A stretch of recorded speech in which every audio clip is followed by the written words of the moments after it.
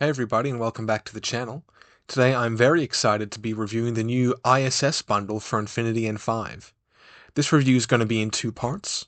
The first part, looking at the models themselves, the boxes, how those units look, how the sculpts are, how easy it is to put together. Then the second part of the review is going to be taking a look at the playability of the box, different ways to expand the box, how much the box succeeds at setting you up to play ISS as a faction. So let's get into it. Now, first off, a bit of a disclaimer. I did receive the ISS bundle for free from Corvus Belli. Uh, while no one is truly ever unbiased, I'm going to try my best to make this review, as little bias as possible.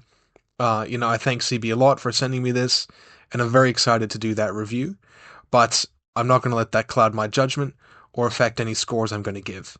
So let's get into it. So, first up, what's in the ISS bundle?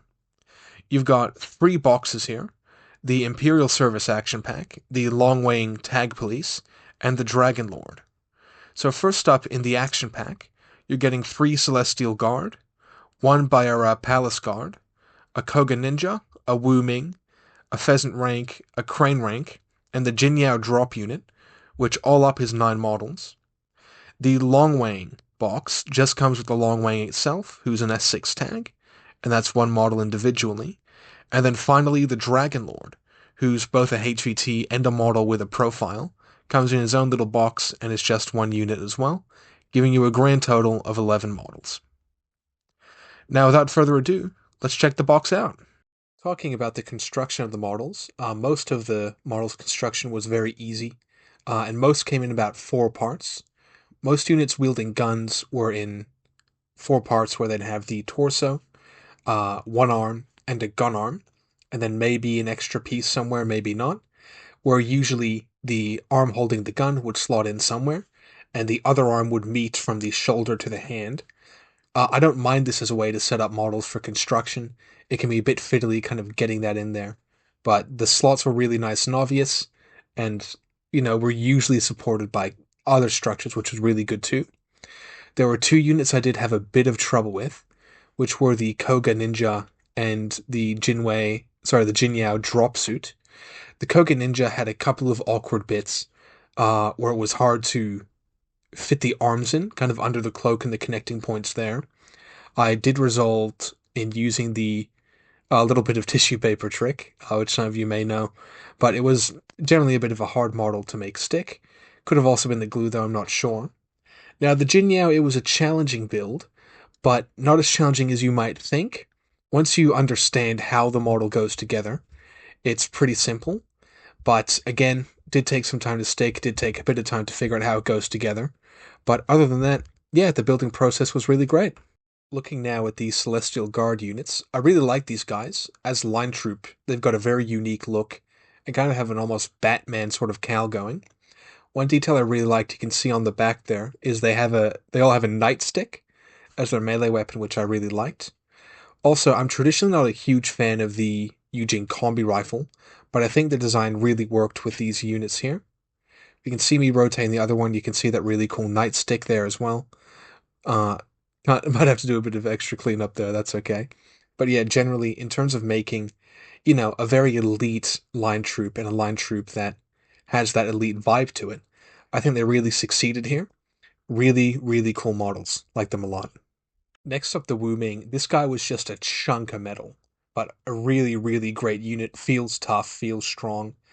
I think compared to the older Wu Ming, this guy's kind of got a bit more going on in terms of, the big bits of armor, the head studs.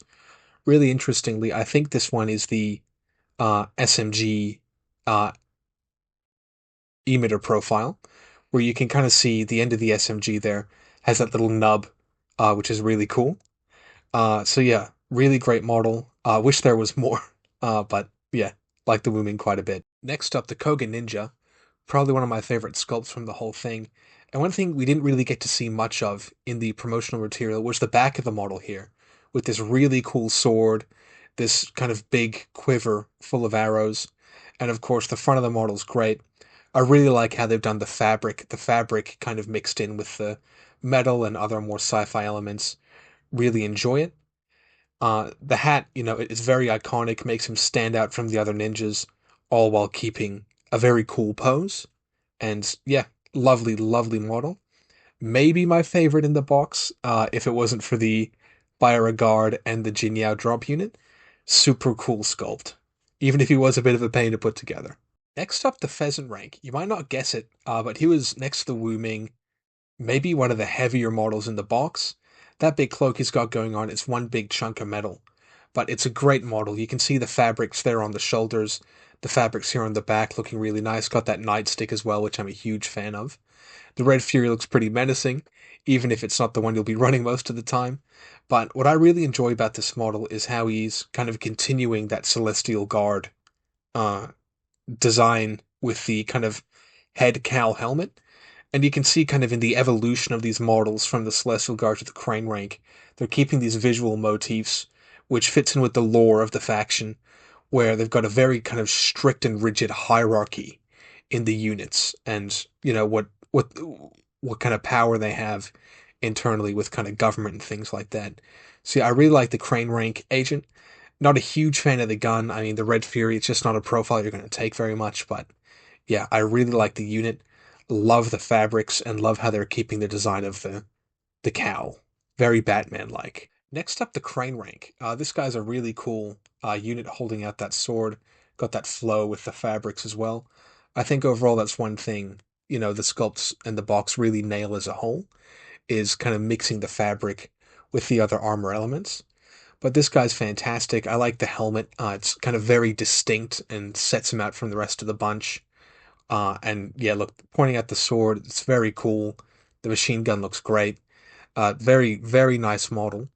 Uh, in terms of kind of a HMG pose, it can kind of annoy me sometimes when, a unit's got a multi-rifle and it's throwing out kind of a pistol sort of thing, just doesn't make sense to me.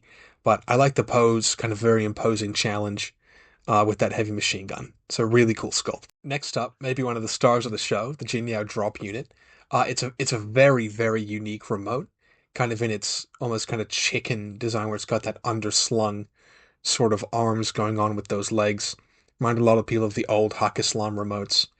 And it's got a very kind of almost uncanny silhouette to it. Like, you kind of look at that and you feel like, there could be someone trapped inside there or something like that.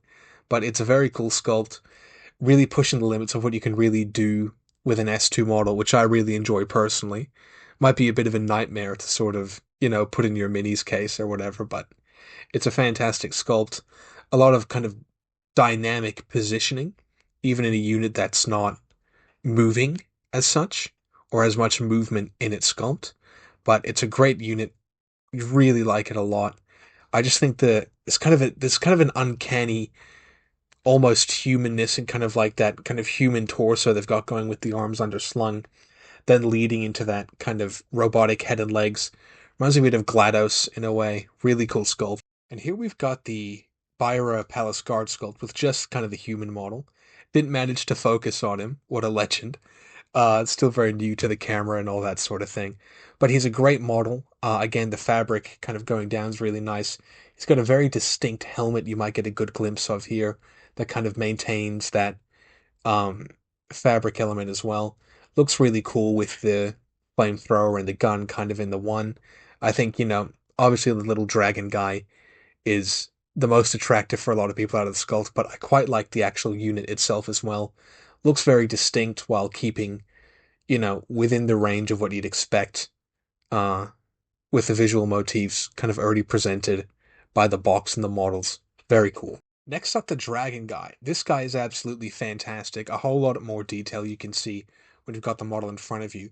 And just the texture on that back, the weight to it, it's a really, really nice sculpt. The kind of lurching position with the claws open in the front is very menacing. It's got a pretty cool face as well that kind of fits in somewhere, between a chicken and a dragon. It looks really, really fantastic.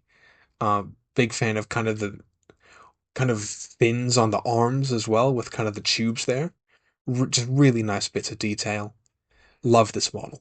And of course, you could do yours any way you like, but I think I'll probably end up sticking mine down in this almost like buddy cop style position, where they're both kind of facing a threat together. I do like the guard models in that you can kind of face them a bit how you like, kind of tell the story you want to tell with them. And I think that's the case with the Palace Guard. Really great two units that, very distinct silhouettes to each other that kind of exemplify the unique aspects of what they've got going on. Huge fan of the sculpt. Ugh. Between this and the Jin Yao, I think the Byra Palace Guard probably takes the cake as my favorite sculpt and model in the set. Really cool. All right, next up the Longwang. This guy's in kind of the kind of newer generation of plastic. It feels very firm. It doesn't feel malleable at all like some of the older plastic did, and it gets a really good amount of detail on the unit. It's a lot smaller than I'd expected it to be, but hey, that's an S6 tag. They usually sculpt them a bit too big, but it's a very cool unit. You still kind of have the two little mini arms in there, which I really enjoy, and the big armored plates, kind of reflecting that Arm 7 on the profile. I really enjoy. But yeah, it's a little smaller than you'd expect, but that doesn't take away from the model. That kind of glue gun on his back as well. It's a really nice detail. It's something you could miss if you weren't putting together the model yourself or anything like that. But yeah, it's a great little sculpt. Really has a unique vibe to it, kind of a very chunky, meaty, almost like a little Yoda is kind of the vibe it's got going to it, which I really like. Last up, we got the Dragon Lord. You can see the cane there, it's kind of going a bit high. In the promotional images, they more wanted to go to the base, I think. Could have been an issue with my construction, but I sort of don't necessarily mind it. Might fix that later. But it's got a lot of great little details on it, from the robe to this eyepiece he's got going on. The pad has a kind of a bit of texturing on it, or at least mine did, and the kind of robes and attachments on the back really add to it. He's got a great pose with sort of putting one leg across the other, leaning on the cane. It's a very, very cool sculpt. Would have made a great HVT, but again, really nice we actually got a model for it. It's really cool. So yeah, big fan of the Dragon Lord. Really styling as well. I like the facial hair. I like the bun as well. It's got a lot going for it. Great model. All right, after looking at those beautiful models, let's take a look at the playability of the bundle. So what I'm going to do here is give a rating to every unit that goes in the bundle. But first, let's take a look at the rating guide. An A tier unit is a unit that's a staple of a faction, but includes necessary evils. In, say, military orders, this might be something like the Black Friar, who's an okay model, but very necessary to the faction. Then we've got B tier units, a unit that's taken fairly highly, but not in every list or has unproven aspects. For a C grade, the unit is a bit of a sometimes food or is an awkward fit for the product. And at D, the unit is either downright terrible or just makes no sense whatsoever in the product. So let's take a look at what we've got. Looking first at the Celestial Guard, we've got an A-. Now, the Celestial Guard fits into a necessary evil. You need line troops in a faction. But while they are useful in a very small number, I don't think the framework CB has of always putting 3 line troops in every action pack or every sort of starting set is necessarily a great fit for the Celestial Guard, where you generally only want 1 or 2, say the Hacker and the Smoke Grenade Launcher, and where the Guangxi boxes tend to come with their own monitor. Now, as we'll see in kind of some lists up in the future, you do definitely want Guangxi. They are very... Sorry, not Guangxi. You do definitely want Celestial Guard. They are very useful, but 3 might be overkill. Next up is the Byra Palace Guard at a C+.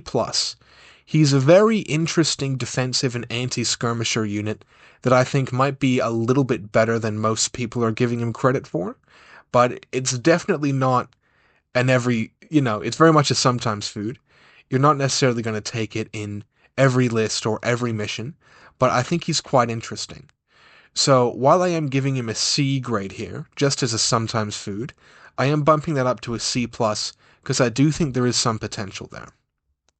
Next up, the Koga Ninja, an amazing addition to the ISS sectorial. You can take a look at my ISS sectorial review for more details on him.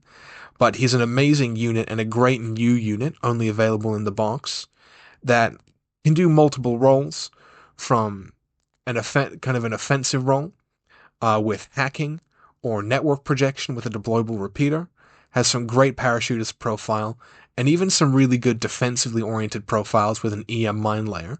All around fantastic unit. Someone picking up this box can explore different avenues, use them in different ways to fill gaps that they think are there. So I really do like the Koga Ninja, giving that one an A. Next up, the Wu Ming. The Wu Ming are really, really good units, and I really love Wu Ming. They've got quite a bit that they can do, quite a number of different profiles that excel in different areas, but just having the single Wu Ming in the box, I think is really awkward. If you're looking at the Wu Ming fire team, you're needing two Wu Ming or a Wu Ming and say a Zan Ying to really get that team going. So just having one doesn't make a whole lot of sense. I would have really loved to see one less Celestial Guard in the box, bring that down to two, to drop an extra Wu Ming in there, whether that was a Wu Ming heavy rocket launcher, HMG, or even just seeing a Wu Ming emitter would be really cool. So while the Wu Ming's a fantastic unit, if there were two Wu Ming in the box, I would have given this an A. Otherwise, this is just an awkward fit for the product, just having one Wu Ming. Next up, the Imperial Agent Pheasant rank, getting an A-. It also falls in the category of necessary evil, I think. Chain of Command is a really important skill in ISS, and the Pheasant rank is the only unit in the faction that has it. So you do see the Pheasant rank show up in quite a lot, maybe 80% of ISS lists that aren't just playing on the edge, balls to the wall, which I do respect. So again, it's an A, but it is a necessary evil. Also, the Red Fury profile will probably be the least taken profile. So, vaguely annoying to see that be the sculpt they went with, but hey, that's okay. So we're giving the Imperial Agent Pheasant rank an A-, just for being an awkward fit. A little bit of an awkward fit, a little bit of a necessary evil, but definitely a unit that every ISS player should have. Next up, the Crane rank, who's a fairly solid and interesting elite heavy infantry, but who competes pretty squarely with other units in the faction. You're looking at things like the Cien, who comes in at a similar price with the MSV2. If you really want that AP on your HMG, again, that second Wu Ming does a pretty comparable job for 20 points less. And even if you're looking at, something like a Crane Agent Spitfire, a more forward-oriented assault unit, you've also got Adil. So it competes with a few different bits and bobs in the faction, but it proxies fairly well. And, sometimes you will just take a Crane rank agent. But I think, if a new player's picking up this box, if they pick up the box, look at the fire team chart, they might be tempted just to chuck 3 Celestial Guard, a Pheasant rank, and a Crane rank in a fire team. And that's not necessarily the direction the faction wants you to play it. So it could also kind of mislead some newer players into kind of taking ISS down a route it doesn't want to go down. But look, it's a fairly solid unit. It's a unit I do have in some example lists in this video and my previous videos on ISS. So it's getting a B, just giving it that little B- because I think it would have been slightly more interesting to include a Cien or a Dill or something or rather. But hey, it's a beautiful model. It does have some uses. Can't be too harsh on it. Next up, the Jinyao drop unit with a B+. It contains a lot of key tools unique to the Jinyao, namely in the deployable repeater for that parachutist network projection, which is something totally new to ISS, and also a paramedic profile, who, next to the Dakini, is the faction's only paramedic, and one of only 3 units that can doctor a paramedic. And at 17 points for the basic profile, it's such a low buy-in as well. Usually you can feel a little bad about taking a drop troop if, they cost you that order, in a sense. They go down, they don't do much, maybe they just die. But on a 17-point unit, you don't necessarily care an incredible amount if the Jinyao goes down or doesn't quite do its job. So for that reason, I'm giving it a B+. Next up, the Longwang. I think a very deadly and compact tag. I've heard a lot of takes on this unit from everywhere across the spectrum of people thinking, this is one of the best tags ever, to thinking it's one of the worst. I think I'd probably give it a 7 or 8 out of 10. I'd say I'm relatively high on the Longwang. But, again, it's competing with the Cien, it's competing with the Crane rank, but I think the jury is still relatively out. And I think as an S6 tag, it's a really interesting piece of design that shows off a bit of what ISS is about as well. So I'm pretty positive about its inclusion here. Last up, the Dragon Lord, just getting that beautiful, beautiful A. You know, advanced war cores are always going to be welcome. 5 points is a great point for this unit. And really, having the profile in there, we know CB said it sort of started off as a HVT and then got its own profile.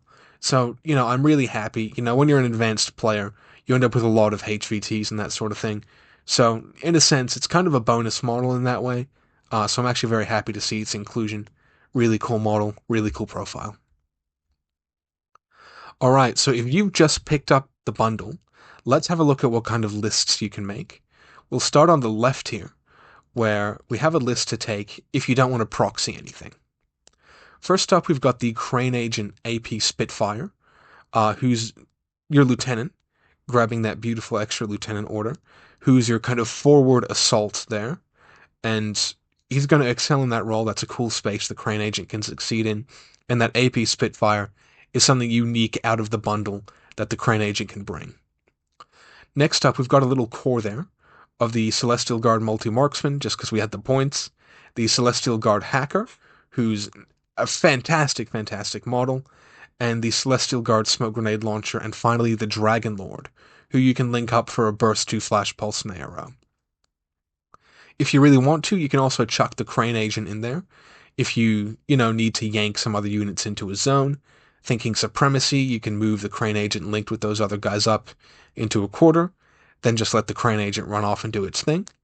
Next up, we've got the Koga Ninja with the Killer Hacking Device and Deployable Repeater, who's going to be really important for scalpeling out enemy hackers, where you can see we're taking a fair amount of heavy infantry. Next up, we've got the Wu Ming AP Heavy Machine Gun duoed with the Pheasant Imperial Agent.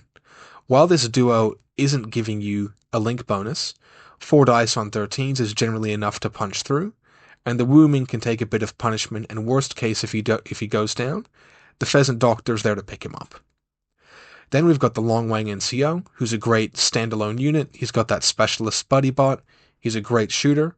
That Adhesive Launcher and Light Ride Stopper means you can also feel somewhat comfortable moving up to the midfield.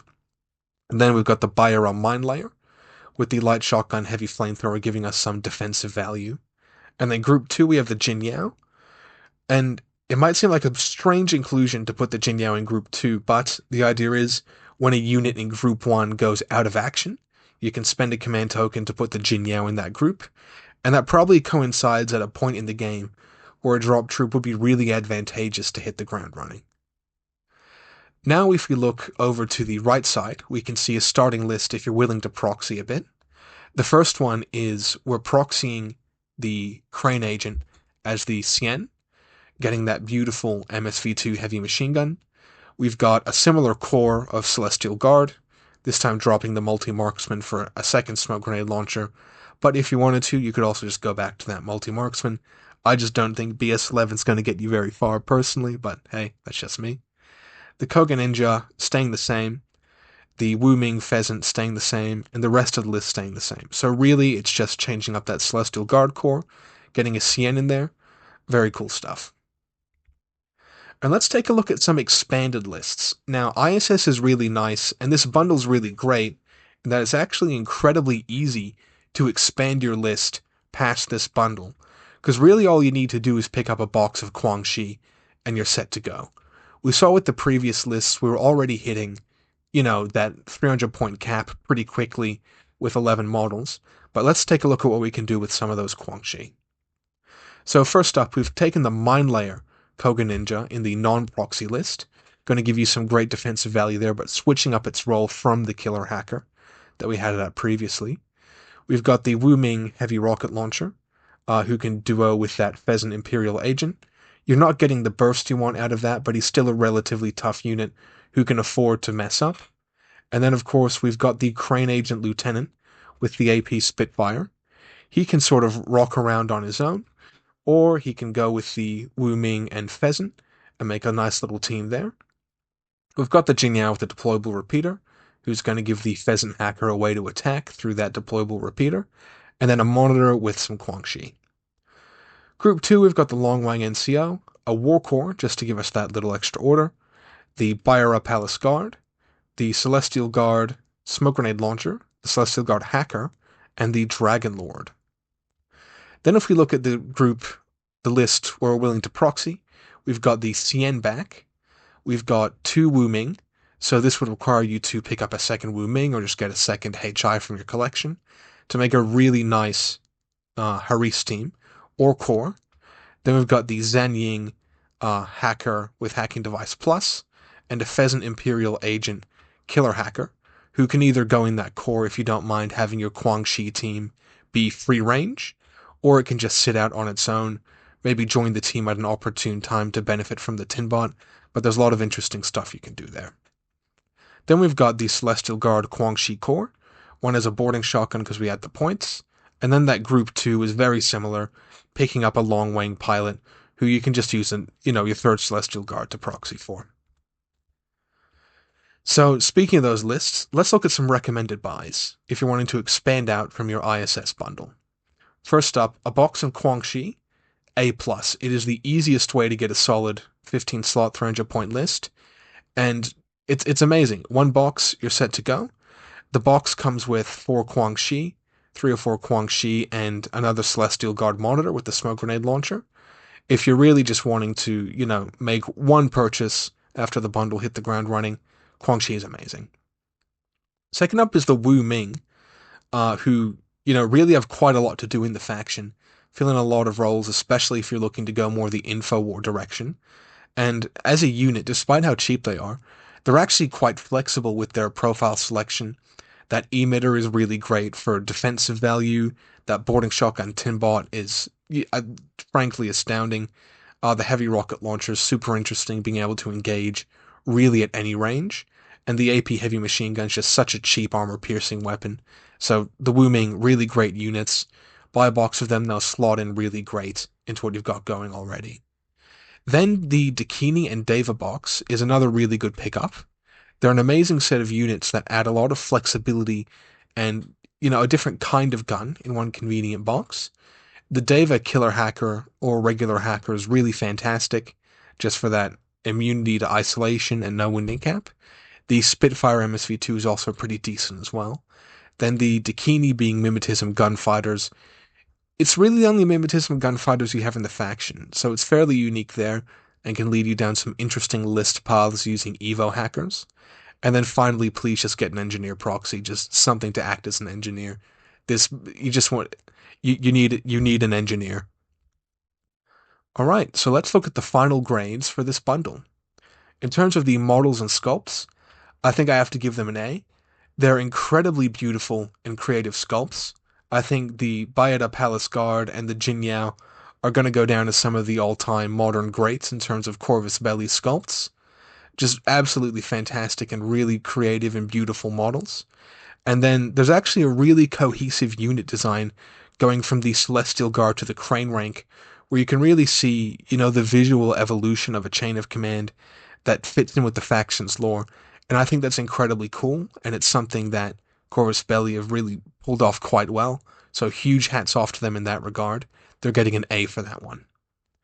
Now, the playability out of the box, if you're just wanting to play, grab the box and play some, limited insertion games, or maybe lower point sort of games, going to give that one a B. You can put together a fairly solid starting list with a single combat group in that Jin Yao ready to jump in.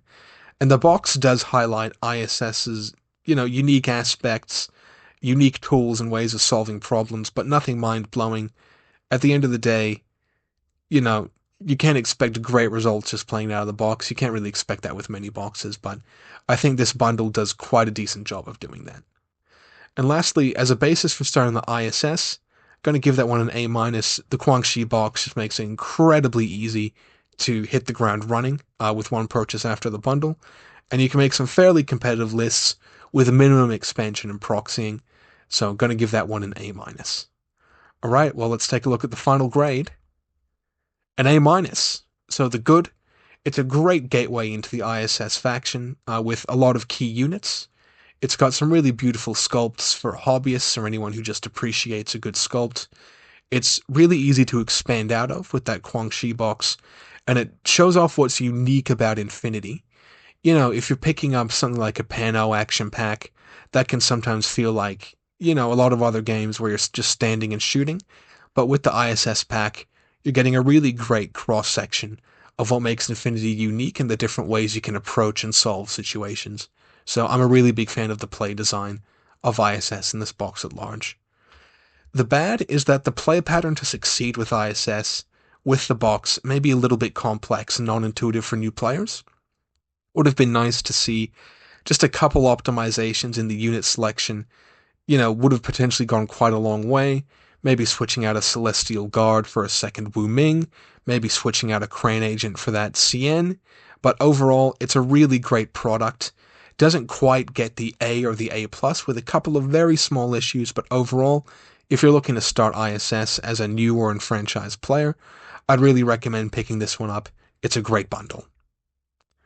So, that's the end of the video for today. Let me know what you guys think, and if you enjoyed the review, and we'll catch you in the next one. Bye-bye.